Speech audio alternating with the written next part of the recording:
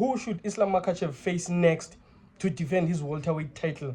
And we have between Michael Morales, and we also have Carlos the Nightmare Pratish. Carlos Pratish. Who should he and for me, ever since I've been watching MMA, people when they're waiting for the next title fight, they're like, who deserves it more? That has always been the question. Who deserves the title more? Is it this fighter or this fighter? Out of nowhere, because the champion is Islam now, people are like, yeah, who can beat Islam between these two? Or Morales is bigger. Given Morales, he can beat Islam.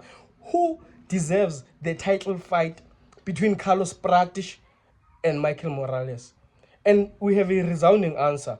It's the Nightmare Prates. He's fought 2 former champions. Finished them. Finished JDM. Finished Leon Edwards. Bro.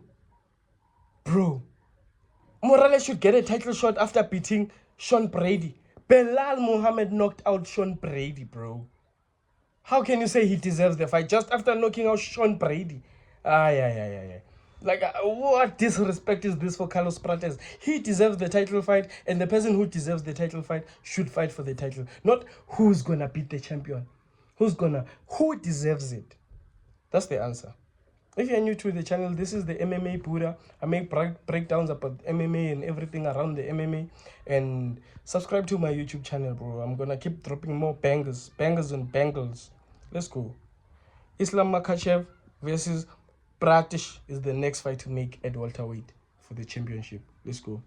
Morales should fight someone like Amasov or something.